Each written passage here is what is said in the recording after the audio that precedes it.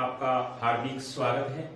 आज अपना वही विषय हमारा राजस्थान कक्षा 10 यूनिट नंबर 1 और राजस्थान के इतिहास के तहत कल हम गोहिल वंश का अध्ययन कर रहे थे और उसी गोहिल वंश के चैप्टर को आगे बढ़ाते हुए आज साथियों अपना ये विषय रहेगा गोहिल वंश का पार्ट नंबर 2 अपनी इसके बारे में अपने अध्ययन करेंगे।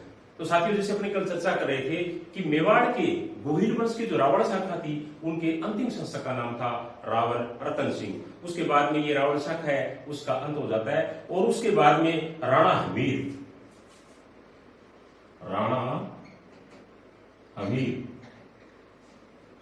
बहुत ही महत्वपूर्ण नाम है साथियों मेवाड़ के लिए। राणा हमीर 1326 से लेकर के 1364 ईस्वी, यानी राणा हमीर इनका जो शासन काल है वो 1326 से लेकर 1364 ईस्वी माना जाता है। इन्होंने चित्तौड़ पर क्या है कि आक्रमण किया और चित्तौड़ पर आक्रमण करके उन्होंने अधिकार किया 1326 ईस्वी के अंदर। और ये सिसोदा के जागीरदार थे, यानी सिसोदा जो ठिकाना था इनके ठिकानेदार थे, इनके ये जागीरदार थे। इन्होंने चित्तौड़ पर अधिकार करके एक नई शाखा को जन्म दिया जिसको सिसोदा या जिनको सिसोदिया शाखा कहा जाता है। तो साथियों जैसा कि आप सबको पता ही है कि सिसोदिया नाम क्यों रखा गया, क्योंकि ये सिसोदा के जागीरदार थे और उनके वहां के ठिकानेदार थे। उनके नाम से क्या इनको इस वंश को आगे क्या है सिसोदिया राजवंश के नाम से भी इनको जाना जाता है। और इसके साथ साथ में हमीर को बहुत ही महत्वपूर्ण प्रश्न बनता है साथियों कि राजस्थान की प्रतियोगिता परीक्षाओं में अक्सर ये प्रश्न देखने को मिलता है। हमीर को क्या कहा जाता है? मेवाड़ का उदारक। क्या कहा जाता है? मेवाड़ का उदारक।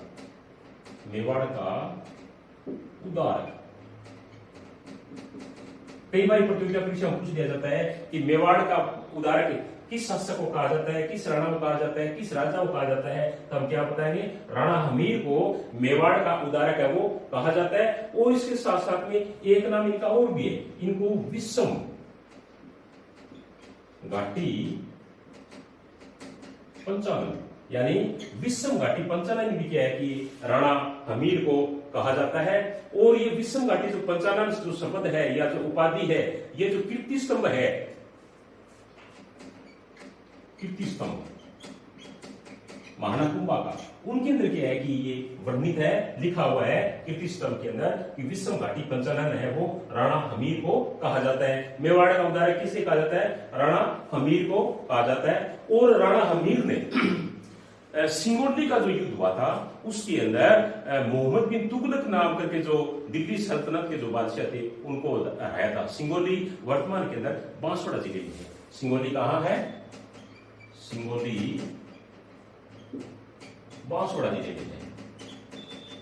बहुत ही महत्वपूर्ण साथियों, राणा हमीर ने 1326 ईस्वी के अंदर चित्तौड़ पर अटैक करके उनका अधिकार करके एक नई शाखा को जन्म दिया जिसको सिसोदिया कहा जाता है। और राणा हमीर को मेवाड़ का उदारक कहा जाता है, राणा हमीर को विषम घाटी पंचानन कहा जाता है। और विषम घाटी पंचानन जो उपाधि है या ये जो शब्द है, ये जो कीर्ति स्तंभ है महानाकुंभा का, उसके अंदर ये वर्णित है। और साथ में राणा हमीर ने सिंगोली का जो युद्ध हुआ था, सिंगोली वर्तमान के अंदर बांसवाड़ा में है, सिंगोली के युद्ध के अंदर इन्होंने मोहम्मद बिन तुगलक उनकी जो सेना थी उनको उन्होंने हराया था। आगे वाले जो महाराणा है, जो राणा है, उनका नाम है महाराणा लाखा।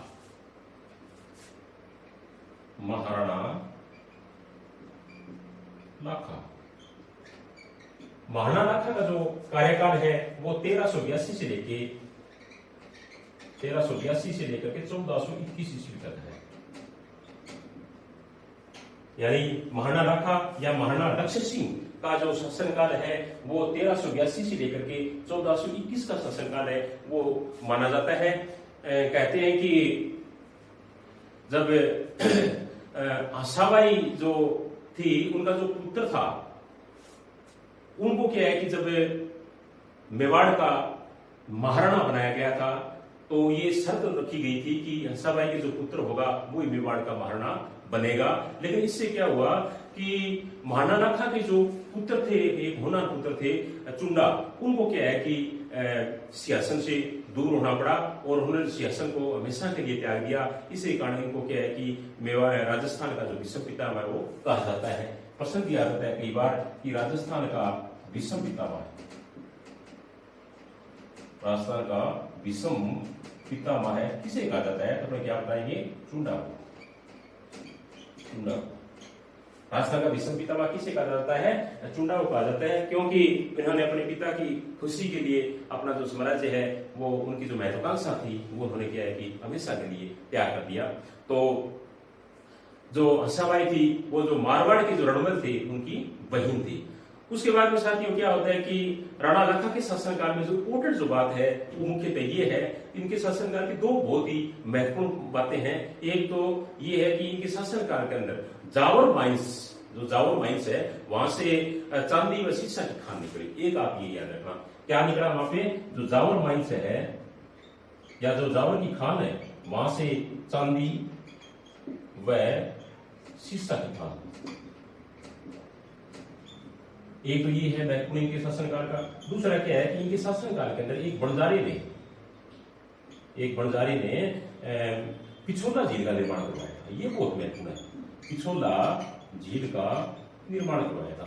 ये दो चीज आप बहुत ही महत्वपूर्ण है, इनको आप याद रखोगे। महाराणा लखा का शासनकाल है वो 1382 से लेकर 1421 का शासनकाल है वो शुरू होता है। और उसके साथ साथ में महाराणा लखा का जो एक योग्य पुत्र था उनका नाम था चुंडा। उन्होंने क्या है कि अपने पिता के लिए अपना जो राज्य है जो हमेशा के लिए उन्होंने त्याग दिया कि मैं राजा वो नहीं बनूंगा, इसलिए उनको क्या है कि विषम पितामह कहा जाता है। प्रश्न किया सकता है कि राजस्थान का विषम पितामह किसे कहा जाता है? तो विषम पिता चुंडा को कहा जाता है। महाराणा शासनकाल की दो बहुत ही महत्वपूर्ण उपलब्धियां हैं, दो घटनाएं हैं। पहली घटना ये है कि उनके शासनकाल के अंदर जावर के अंदर क्या है कि प्रचुर मात्रा के अंदर चांदी व शीशे की खान है वो क्या है कि निकली, यानी आप यूं कह सकते हैं कि प्रचुर मात्रा के अंदर चांदी व शीशा निकलने लगा, जिससे राज्य की क्या है कि समृद्धि है वो बढ़ गई। दूसरी अच्छी बात यह है कि उनके शासनकाल के अंदर बंजारे ने पिछोला झील का निर्माण करवाया था। राजस्थान की प्रतियोगिता परीक्षा में ये दोनों प्रश्न बहुत ही महत्वपूर्ण स्थान रखते हैं। प्रश्न भी आ सकता है कि पिछोला झील का निर्माण एक बंजारे ने किस महाराणा के शासनकाल में करवाया था? तो अपने क्या बताएंगे? महाराणा लाखा के शासनकाल के अंदर, या महाराणा लक्ष्य सिंह के शासनकाल में, या जावर के अंदर जो खान निकली उस वक्त महाराणा के महाराणा कौन थे, उस वक्त मेवाड़ के महाराणा कौन थे? तो अपने क्या बताएंगे? महाराणा लाखा। तो ये दो उपलब्धियां उनके शासनकाल के अंदर बहुत ही महत्वपूर्ण है। आगे वाले जो महाराणा है उनका नाम है महाराणा मोकल। क्या नाम है? महाराणा मोकल। महाराणा मोकल। महाराणा मोकल भी एक महत्वपूर्ण स्थान क्या है कि मेवाड़ के शासनकाल में, मेवाड़ के जो इतिहास है उसके अंदर रखते हैं। मेवाड़ के इतिहास के अंदर महाराणा मोकल का जो शासनकाल है वो 1421 से लेकर 1421 से लेकर के 1433 ईस्वी तक का माना जाता है। 1433 ईस्वी तक उनका शासनकाल है वो माना जाता है। और महाराणा लाखा के जो पिता थे उनका नाम था महाराणा लाखा। क्या नाम था? महाराणा लाखा। और माता का नाम क्या था? हंसाबाई। जो जैसे अभी बड़े पीछे महाराणा लाखा के शासनकाल के बारे में अध्ययन कर रहे थे, तो मारवाड़ के जो रणमेल थे उन्होंने शर्त रखी थी कि हम अपनी पुत्री की शादी इसलिए करेंगे, इनका जो पुत्र होगा वो मेवाड़ का राणा बनेगा। तो यही महाराणा मोकल थे जो मेवाड़ के महाराणा बने। तो पिता का नाम क्या हुआ? महाराणा लाखा। और माता का नाम क्या हुआ? हंसाबाई। और संरक्षक का नाम था चुंडा। संरक्षक का नाम क्या था? चुंडा। जैसे अभी थोड़ी देर पहले अपने अध्ययन कर रहे थे कि राव चुंडा एक ऐसे व्यक्ति हैं जिनको राजस्थान का विषम पितामह कहा जाता है, और हमेशा के लिए अपना राज्य है वो त्याग दिया कि मैं राजकाज है वो नहीं करूंगा। तो दोबारा देख लेते हैं, पिता का नाम क्या है? महाराणा लाखा। माता का नाम क्या है? हंसाबाई। और संरक्षक का नाम क्या है? चुंडा। और मोकल की क्या है कि हत्या कर दी गई। कहां? जीलवाड़ा के अंदर। कहां? जीलवाड़ा के अंदर। और किसने की? इनकी जो हत्या है वो दो व्यक्ति थे मुख्य रूप से हत्या करने वाले। एक तो थे चाचा और एक मेरा। चाचा व मेरा। और इन्होंने एक व्यक्ति का सहयोग लिया था। उस व्यक्ति का नाम है, जिन्होंने क्या है कि महाराणा मोकल की जो हत्या की थी, उस व्यक्ति का नाम है साथियों महपा कुमार। क्या नाम है? महपा कुमार। इन तीनों ने मिलकर के क्या है कि महाराणा मोकल की हत्या कर दी। उसके बाद में आगे वाले जो महाराणा आते हैं, उनका स्थान मेवाड़ के इतिहास के अंदर बहुत ही महत्वपूर्ण स्थान है साथियों, और उनको एक बहुत ही महत्वपूर्ण उपलब्धि के तौर पर मेवाड़ के अंदर याद किया जाता है। तो आगे वाले महाराणा का नाम है महाराणा कुंभा।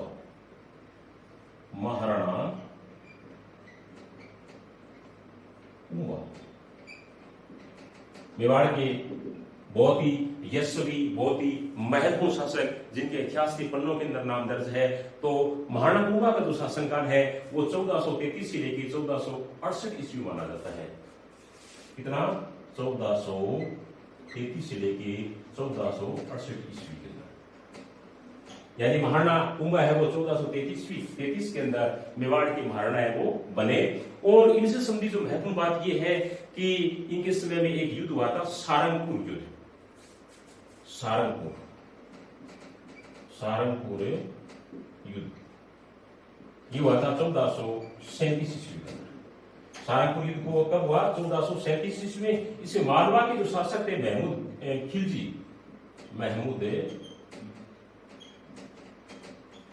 खिलजी फर्स्ट, और दूसरी साइड में थे महाराणा कुंभा। तो इन्होंने क्या है कि इनको हरा दिया, और इसी खुशी के अंदर उन्होंने विजय स्तंभ का निर्माण करवाया था।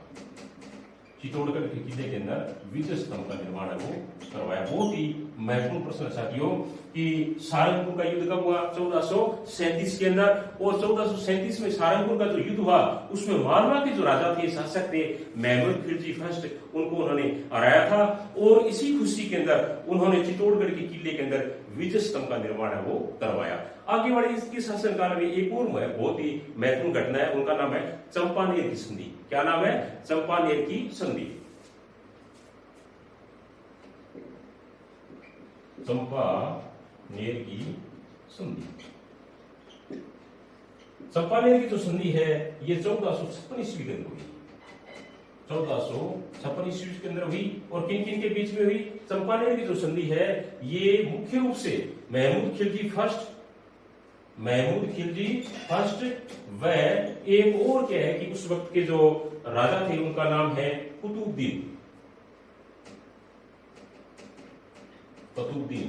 इनके बीच में क्या है कि चंपानेर की संधि है वो 1456 ईस्वी के अंदर हुई। और संधि की शर्त ये थी कि हम दोनों महाराणा कुंभा के ऊपर अटैक करेंगे और महाराणा कुंभा को हराएंगे। जब इनका साम्राज्य हमारे हाथ आ जाएगा तो इनको 50-50 या आधा साम्राज्य हम दोनों आपस के अंदर बांट देंगे। लेकिन ये कामयाब उसके अंदर नहीं हुए। आगे वाले क्या है कि एक और भी बहुत बढ़िया प्रश्न बनता था कि महाराणा कुंभा की बहुत बड़ी उपलब्धि है कि इन्होंने जो मेवाड़ के जो 84 जो दुर्ग हैं, कितने दुर्ग? 84 दुर्ग हैं, उनमें से 32 दुर्गों का निर्माण करवाया। 84 में से 32 दुर्गों का निर्माण करवाया। और ये बात कौन कहते हैं? ये बात कहते हैं कविराज श्यामल दास। यानी कविराज श्यामल दास ये कहते हैं कि मेवाड़ के जो महत्वपूर्ण 84 दुर्ग हैं, इन 84 दुर्गों में से 32 दुर्गों का निर्माण किसने कराया था? महाराणा कुंभा ने करवाया था। तो साथी बहुत ही महत्वपूर्ण शासक बन पड़ते हैं राजस्थान के। और इनके साथ साथ में क्या है कि एक बहुत ही महत्वपूर्ण दुर्ग का निर्माण कराया था, उनका नाम था कुंभलगढ़ दुर्ग। और कुंभलगढ़ दुर्ग के जो शिल्पी थे उनका नाम था मंडन। क्या नाम था? मंडन।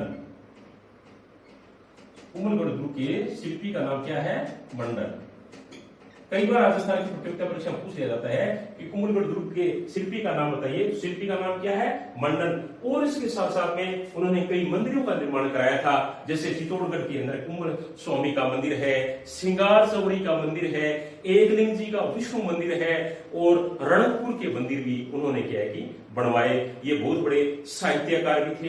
इन्होंने मुख्य रूप से 3 किताबों की रचना की, और तीनों किताबें यानी तीनों ग्रंथ बहुत ही महत्वपूर्ण है। और राजस्थान की प्रतियोगिता परीक्षाओं में अक्सर क्या है कि इन तीनों ग्रंथों के नाम पूछे जाते हैं, जैसे महाराणा कुंभा के निम्नलिखित में से ग्रंथ है या महाराणा कुंभा के निम्नलिखित में से रचित ग्रंथ नहीं है। तो ये अपने को देख लेना बहुत जरूरी है। चलो अपने तीनों ग्रंथों का एक एक करके देख लेते हैं कि महाराणा कुंभा ने कौन कौन से 3 ग्रंथ है वो क्या है कि लिखे।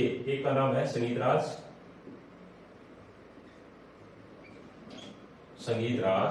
दूसरे का नाम क्या है? संगीत मीमांसा। संगीत राज, संगीत मीमांसा, और तीसरे का नाम है इसके अंदर सूड प्रबंध।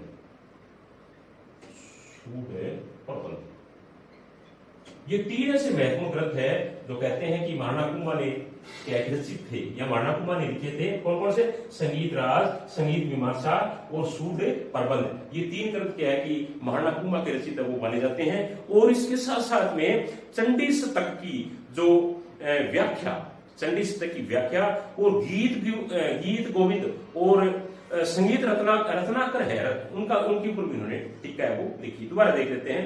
चंडी शतक की व्याख्या की इन्होंने, गीत गोविंद और संगीत जो रत्नाकर है उनके ऊपर उन्होंने टीका है वो लिखी। तो ये पांचों छह है, जो छह है ये सभी की सभी बहुत ही महत्वपूर्ण प्रश्न बढ़ते हैं।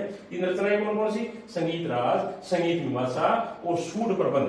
और इसके साथ साथ में इन्होंने चंडी शतक की व्याख्या, गीत गोविंद और संगीत रत्नाकर पर उन्होंने टीका है भी लिखी। और इसके साथ साथ में इनके शासनकाल में जो कीर्ति स्तंभ की रचना की गई थी, तो कीर्ति स्तंभ की जो प्रशस्ति है, उनके जो रचनाकार है उनका नाम दो व्यक्ति हैं, कवि अत्रि व महेश। क्या नाम है? कवि अत्रि व महेश। यानी कवि अत्रि व महेश दो ऐसे व्यक्ति थे उस वक्त, उन्होंने कीर्ति स्तंभ की जो प्रशस्ति है उनका उन्होंने रचना की। यानी कीर्ति स्तंभ प्रशस्ति के रचयिता के नाम बताइए, अपने क्या बताएंगे? कवि अत्रि व कवि महेश। ये दो व्यक्ति ऐसे हैं जिन्होंने कीर्ति स्तंभ की जो प्रशस्ति है उसकी उन्होंने रचना की। उसके साथ साथ में साथियों महाराणा कुंभा एक बहुत बड़े विद्वान भी थे, तो इनके पास में बहुत सारी उपाधियां भी थी। और राजस्थान की प्रतियोगिता परीक्षाओं में इनकी उपाधियों से संबंधित प्रश्न है अक्सर क्या है अपने को देखने को मिलता है। कौन कौन सी उपाधियां? जैसे महाराजाधिराज है, राव राय है, परम गुरु है, राजगुरु है, दान गुरु है, हाल गुरु है, अभिनव भट्टाचार्य है और हिंदू सुल्तान है। दो बहुत महत्वपूर्ण साथियों। कौन कौन सी? हिंदू सुल्तान,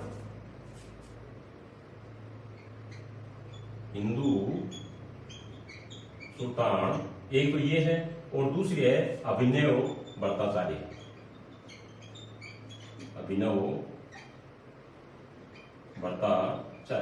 दो उपाधियां बहुत ही महत्वपूर्ण है। कौन कौन सी? हिंदू सुल्तान और अभिनव भट्टाचार्य। राजस्थान की प्रतियोगिता परीक्षा में अक्सर पूछा जाता है कि राजस्थान के किस शासक को हिंदू सुल्तान कहा जाता है, या राजस्थान के किस शासक को अभिनव भट्टाचार्य की उपाधि दी गई, या अभिनव भट्टाचार्य की उपाधि से सम्मानित राजस्थान के कौन से महाराणा है, या हिंदू सुल्तान की उपाधि से विशुभित या सुशोभित, या हिंदू सुल्तान की उपाधि राजस्थान के किस महाराणा की है। तो दोनों की दोनों बहुत ही महत्वपूर्ण है। दोबारा देख लेते हैं महाराणा कुंभा की कौन कौन सी उपाधियां थी। महाराजाधिराज थी, राव राय थी, दान गुरु थी, राजगुरु थी, परम गुरु थी, हाल गुरु थी, अभिनव भट्टाचार्य और साथ में हिंदू सुल्तान की उपाधि थी।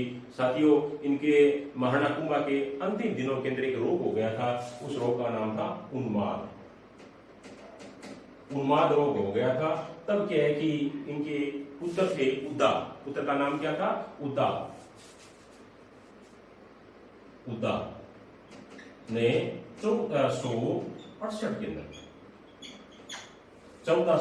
के अंदर महाराणा कुंभा की हत्या कर दी। उसी के पुत्र का नाम क्या था? उद्दा। कब? 1468 के अंदर महाराणा कुंभा की हत्या वो की जाती है। और उनके रोग का क्या नाम था? उन्माद रोग था। इस प्रकार साथियों अपने कह सकते हैं कि महाराणा कुंभा राजस्थान के बहुत ही महत्वपूर्ण शासक माने जाते हैं।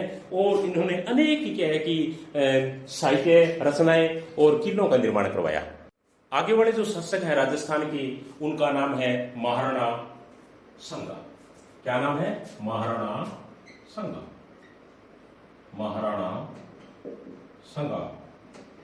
महाराणा संगा या महाराणा संग्राम सिंह, इनका जो शासनकाल है वो माना जाता है 1509 से लेकर 1528। 1509 से लेकर 1528 ईस्वी। राजस्थान के बहुत ही महत्वपूर्ण शासक रहे हैं और भारतीय इतिहास के अंदर भी महाराणा जो संघ है वो अपना स्थान रखते हैं।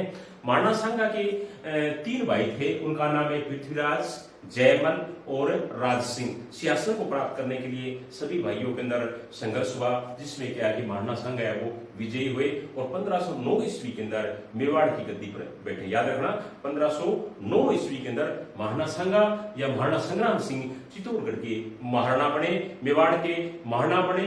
इनको विशेष तौर से जो नाम दिया गया वो है हिंदू पद। क्या नाम है? हिंदू पद। बहुत ही महत्वपूर्ण साथियों, राजस्थान की प्रतियोगिता परीक्षाओं में अक्सर पूछा जाता है कि राजस्थान के किस राजा को हिंदू पद कहा जाता है, या मेवाड़ के किस महाराणा को हिंदू पद कहा जाता है, या राजस्थान के उस राजा का नाम बताइए जिनको हिंदू पद के नाम से सम्मानित किया गया है। उस महाराणा का नाम क्या है? महाराणा संग्राम सिंह। महाराणा संग्राम सिंह 1509 ईस्वी के अंदर मेवाड़ के महाराणा बने और इन्होंने सबसे पहले मारवा के जो सुल्तान थे महमूद खिलजी सेकंड, उनको उन्होंने बंदी बनाया। किसको? महमूद खिलजी सेकंड। महमूद खिलजी सेकंड को उन्होंने बंदी बनाया और इसके बाद में एक युद्ध हुआ था इनके शासनकाल में, जिन्हों कहते हैं खातौली का युद्ध। खातौली का युद्ध 1517 ईस्वी के अंदर। खातौली का युद्ध कब है? 1517 ईस्वी। और खातौली वर्तमान के अंदर कहां है? तो खातौली साथियों वर्तमान के अंदर है कोटा जिले के अंदर। किस जिले के अंदर? कोटा जिले के अंदर। और खातौली का जो युद्ध हुआ था उसमें दिल्ली के जो उस वक्त के सुल्तान थे इब्राहिम लोदी, उनको उन्होंने क्या है कि हराया था। याद रखना, खातौली का युद्ध कब हुआ? 1517 ईस्वी के अंदर। खातौली वर्तमान में कहां है? खातौली वर्तमान में कोटा जिले के अंदर है। और उन्होंने दिल्ली के जो सुल्तान थे उस वक्त इब्राहिम लोदी, उनकी सेनाओं को उन्होंने हराया। उसके बाद में आगे बढ़ा जो युद्ध उनके शासनकाल का, वो है बयाना का युद्ध। कौन सा युद्ध है? बयाना का युद्ध। और ये बयाना का जो युद्ध है ये फरवरी 1527 ईस्वी में हुआ। कब हुआ? फरवरी 1527 ईस्वी के अंदर ये हुआ। 1527 में किन के बीच में हुआ ये राणा सांगा व बाबर के बीच में। राणा सांगा व बाबर के बीच में, जिसमें राणा सांगा की जीत होती है साथियों। किसके युद्ध के अंदर? बयाना के युद्ध के अंदर। बयाना के युद्ध कब हुआ? फरवरी 1527 ईस्वी के अंदर। किनके बीच में? राणा सांगा व बाबर के बीच के अंदर हुआ। और इसमें जीत किनकी होती है? इनके अंदर जीत होती है राणा सांगा की, और हार किनकी होती है? बाबर की होती है। अब जो भारतीय इतिहास के अंदर जो युद्ध है, जो स्वर्ण अक्षरों में अंकित है, जिनको याद किया जाता है, उस युद्ध का नाम है खानवा का युद्ध। क्या नाम है? खानवा का युद्ध। बहुत ही महत्वपूर्ण युद्ध है साथियों, खानवा का युद्ध। खानवा का युद्ध। और खानवा का जो युद्ध है ये 17 मार्च 1527 को हुआ। कब है? 17 मार्च 1527 के बीच में। किन के बीच में? राणा सांगा और बाबर के बीच में। बहुत ही महत्वपूर्ण प्रश्न है। और जिसमें हार किनकी हुई? राणा सांगा की हुई, और जीत किनकी हुई? बाबर की हुई। याद रखना, खानवा का युद्ध कब हुआ? 17 मार्च 1527। कब है? 17 मार्च 1527 को हुई, जिसमें राणा सांगा की हार हुई और बाबर उसके अंदर क्या है कि विजित हुआ। और उसके बाद में उनकी जो विजय हुई, जो खानवा के युद्ध में जो बाबर थे उनके विजित होने का या जीतने का जो कारण था, वो मुख्य रूप से दो ऐसी बात थी जिसके कारण क्या है कि बाबर वो विजय हुआ। पहली बात थी तोपखाना। खानवा युद्ध में विजित होने का कारण क्या? पहला तोपखाना। और दूसरी जो बात थी वो एक पद्धति थी, उस पद्धति का नाम है तुलुगमा युद्ध पद्धति। ये दो ऐसे कारण हैं कि एक तो बाबर के पास में क्या था? तोपखाना था। और दूसरा उनके पास में जो युद्ध करने जो नीति थी, उन्होंने क्या कि तुलुगमा युद्ध पद्धति का उस युद्ध के अंदर, खानवा के युद्ध के अंदर उन्होंने प्रयोग किया, जिसके कारण उनको क्या है विजय वो मिली। याद रखना कौन कौन से दो कारण? एक तोपखाना और दूसरा क्या है? तुलुगमा युद्ध पद्धति। और उसके बाद में क्या है कि जब राणा सांगा की हार हो गई और ये घायल अवस्था में हो गए, तब कहते हैं इनके सामंत है वो दूसरी जगह इनको ले गए और वहां कहते हैं कि इनको जहर दे दिया गया। और 30 जनवरी 1528, 30 जनवरी 1528, याद रखना 30 जनवरी और 1528 के अंदर क्या है कि इनकी डेथ हो जाती है। अब 30 जनवरी 1528 को बसवा गुस्सा के अंदर, बसवा दौसा के अंदर महाराणा सांगा की मृत्यु हो जाती है। और उसके बाद में जो राणा का जो समाधि स्थल है वो मांडलगढ़ के अंदर बनाया जाता है। समाधि स्थल कहां? मांडलगढ़। मांडलगढ़ के अंदर महाराणा सांगा का समाधि स्थल है वो बनाया जाता है। और महाराणा सांगा के बाद में जो राणा रतन सिंह थे वो शासक बने। और राणा रतन सिंह के बाद में जो मेवाड़ के शासक बने उनका नाम था राणा विक्रमादित्य। तो साथियों, इस प्रकार राणा सांगा राजस्थान के बहुत ही महत्वपूर्ण शासक हैं। सबसे बड़ी बड़ी उपलब्धि यानी कि यही है कि एक तो इनको हिंदू पद कहा जाता है, 1509 में राजा बने। और खातिरियों का युद्ध हुआ जिसके अंदर इसने इब्राहिम लोदी को हराया था। और बयाना का युद्ध हुआ जिसके अंदर इन्होंने क्या कि बाबर को हराया था। और खानवा का जो युद्ध हुआ था 17 मार्च 1527 को, इसके अंदर क्या इनकी हार हुई। और उसके बाद में इनके संबंधों ने इनको जहर दे दिया। और जिसके कारण क्या 30 जनवरी 1528 को दौसा जिले का कस्बा पड़ता है बसवा, वहां इनकी क्या है कि मृत्यु हो जाती है। और उनके बाद में इनकी समाधि बनाई जाती है साथियों मांडलगढ़ के अंदर। और कई बार प्रश्न आ जाता है कि महाराणा सांगा की समाधि स्थल कहाँ है, तो हम कहाँ बताएंगे? मांडलगढ़ के अंदर। और महाराणा सांगा के बाद में जो राणा बने उनका नाम था राणा रतन सिंह। और राणा रतन सिंह के बाद में जो राणा बने उनका नाम था राणा विक्रमादित्य। क्या नाम था? राणा विक्रमादित्य। अब आगे वाले महाराणा साथियों देख लेते हैं। आगे वाले महाराणा भी राजस्थान के अंदर बहुत ही महत्वपूर्ण स्थान रखते हैं और भारतीय इतिहास के अंदर भी बहुत ही महत्वपूर्ण स्थान रखते हैं साथियों। उस महाराणा का नाम है महाराणा उदय सिंह। क्या नाम है? महाराणा उदय सिंह। महाराणा उदय सिंह। और इनका जो शासनकाल है वो 1537 से लेके 1572 ईस्वी माना जाता है। यानी महाराणा उदय सिंह का शासनकाल 1537 से लेके 1572 का जो शासनकाल है, जो सन है, माना जाता है। और कहते हैं कि जब राणा उदय सिंह छोटी अवस्था के अंदर थे तब कि बनवीर थे वो उनको मारने के लिए आए थे। तब इनके जो दाहिमाई थी पन्ना, उन्होंने अपने पुत्र चंदन का बलिदान देकर इनको बचाया। अपने पुत्र पन्ना दाई के पुत्र का नाम क्या था? चंदन। यानी अपने पुत्र चंदन का बलिदान देकर के महाराणा उदय सिंह का जीवन बचाया। और उसके बाद में पन्ना दाई उनको क्या है कि कुंभलगढ़ के किले में ले गई। वहां कुंभलगढ़ किले के अंदर इनका लालन पालन हुआ। और उसके बाद में कुंभलगढ़ के किले के अंदर ही जब ये युवावस्था के अंदर आए तो उनका राज्याभिषेक किया गया। कब? 1537 ईस्वी के अंदर। कब? 1537 ईस्वी के अंदर। और जब इनका राज्याभिषेक किया गया था उस वक्त जो मारवाड़ के जो राव मालदेव थे उन्होंने बहुत सेव किया था। इन्होंने सेव किया था मारवाड़ के मालदेव जो राव थे, उस वक्त वहां राजा थे मारवाड़ के, उन्होंने उनका बहुत ही सहयोग किया था। उनकी सहायता से क्या है कि ये महाराणा है वो मेवाड़ के बने और इनका राज्याभिषेक हुआ। आगे क्या है कि इन्होंने एक नई राजधानी का निर्माण किया साथियों, एक नया शहर बसाया, उदयपुर की स्थापना इन्होंने की। कब? 1559 ईस्वी के अंदर उदयपुर की स्थापना की गई। और उसके बाद में उदयपुर को उन्होंने अपनी राजधानी भी बना दिया। ये भी आप ध्यान रखना। उदयपुर की स्थापना किसने की? उदयपुर की स्थापना महाराणा उदय सिंह ने की। कब की? उदयपुर की स्थापना 1559 के अंदर की गई और इनको राजधानी भी बना दिया गया। उसके बाद में उन्होंने उदयपुर के अंदर कुछ इमारतों का निर्माण किया, जैसे उदयपुर के अंदर उदय सागर झील का निर्माण करवाया। किसका? उदय सागर झील किसने बनवाई थी? उदय सिंह ने बनवाई थी। और इसके साथ साथ में एक दो और इमारतों का निर्माण करवाया, जैसे मोती नगरी के जो सुंदर महल है उनका निर्माण भी किया है कि उदय सिंह ने करवाया था। अक्टूबर 1567 में, ये याद रखना, अक्टूबर 1567 में, अक्टूबर 1567 के अंदर क्या हुआ कि अकबर ने चित्तौड़गढ़ के किले पर आक्रमण किया। किसने आक्रमण किया? अकबर ने चित्तौड़गढ़ के किले पर आक्रमण किया। कब? अक्टूबर 1567 ईस्वी के अंदर।